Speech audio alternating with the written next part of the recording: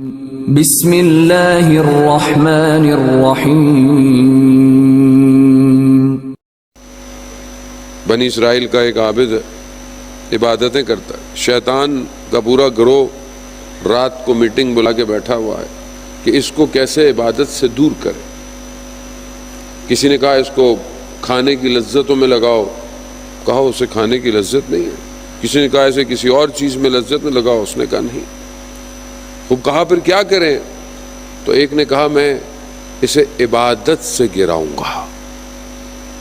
خوب شیطان ہمارے خون میں دوڑتا ہے، ہمارے آباء و اجداد سے واقف ہے۔ شیطان کی عمر ہر شخص کے لیے کئی شیطان ہیں اور ان کی عمر ہماری عمر سے زیادہ ہوتی ہے۔ وہ جانتا ہے میرے دادا میں کیا کمزوری تھی، میرے پردادا میں کیا کمزوری تھی، اور وہ جانتا ہے کہ اس کی نسل کے اندر کون سی کمزوری ہے۔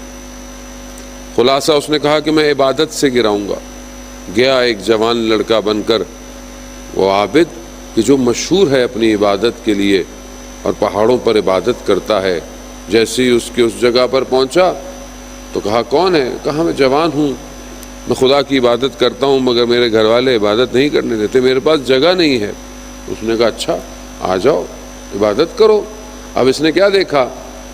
وہ نمازیں عبادتیں کر رہا ہے، یہ عبادت کرا، اس کا افطار کا وقت آیا، اس نے کہا افطار کرو، کہا نہیں میں نے عبادت کری۔ پھر عبادت کرا، پھر جب رات کا وقت آیا کہا تھوڑی استراحت کرو، آرام کرو، کہا نہیں میں پھر عبادت کروں۔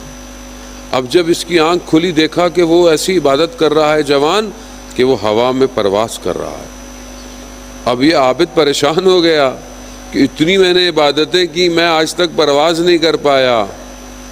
اسی لیے بے بصیرت عبادت میں یہی فرق ہوتا ہے۔ مقدس ماب جو اپنے آپ کو سمجھے اور بصیرت نہ رکھے، اسی لیے خدا کو ایسی عبادتیں نہیں چاہیے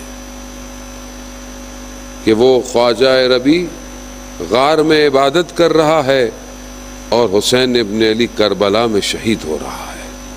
خدا کو ایسی عبادت نہیں چاہیے۔ اب اس نے اس کو جوان کو روکا کہ مجھے بتاؤ کہ تمہاری عبادت کیسے تم اس مقام پہ پہنچے؟ اس نے کہا میں نہیں بتا سکتا۔ کہا نہیں مجھے بتاؤ۔ کہا میں نے ایک گناہ کیا ہے اور جب میں اس گناہ کو یاد کرتا ہوں تو میری عبادت بڑھتی چلی جاتی ہے۔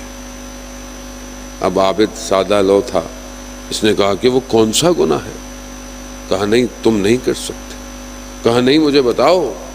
اس نے کہا میں نے فلانی جگہ فلانی خاتون اس کے ساتھ ایک غلط فعل انجام دیا، میں اس کو یاد کرتا ہوں میری عبادت اوپر کی طرف جاتی ہے۔ استغفر۔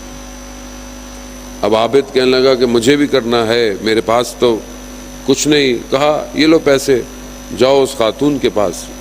اب یہ نیچے اترا شہر کے اندر، لوگوں سے اس کا پتہ پوچھا، لوگوں نے بولا عابد ہے، اصلاح کرنے جا رہا ہوگا۔ وہاں پہنچا، دروازہ کھٹکھٹایا، پوچھا کون؟ کہا ہر کوئی اسے جانتا تھا، عابد ہے، عبادت گزار ہے۔ کہا کیوں آئے؟ کہا میں غلط فعل۔ کہا نہیں تمہیں کوئی غلط فہمی ہو گئی ہے؟ کہا نہیں تمہیں اس سے کیا؟ کہا نہیں جب تک تم بتاؤ گے نہیں۔ گو کہ خاتون کا عمل غلط ہے مگر بصیرت رکھتی ہے، جانتی ہے کہ یہ عابد کو کسی نے بہکایا ہے۔ اسے پوچھا، اس نے کہا کہ ایسے ایسے ہے۔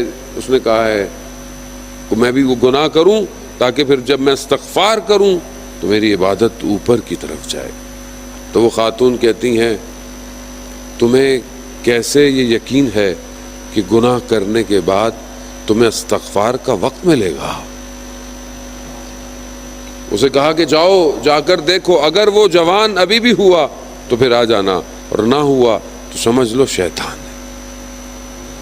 اوپر گیا، دیکھا تو کوئی نہیں تھا، استغفار کیا خدا کی بارگاہ میں۔